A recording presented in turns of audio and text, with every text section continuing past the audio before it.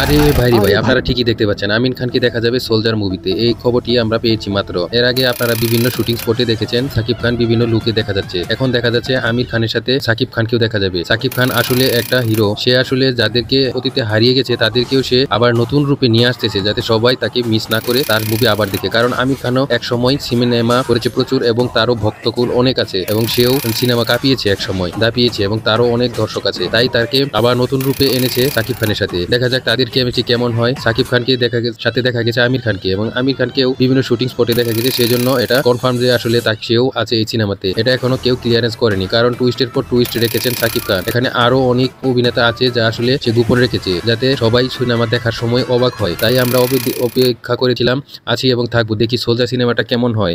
আশা করি আমার কথাবার্তায় যদি কোনো সমস্যা হয়ে থাকে খারাপভাবে নেবেন না, বাজে কমেন্ট করবেন না, উৎসাহ দিবেন এবং পাশে থাকবেন। অবশ্যই ভিডিওটি শেয়ার করে দিবেন। আর যদি আপনার কেমন মতামত দিয়ে থাকবেন আমির খান এবং সাকিব খানকে কেমন লাগবে সে বিষয়ে অবশ্যই আপনাদের মতামত দিয়ে যাবেন। ভালো থাকবেন। আল্লাহ হাফেজ।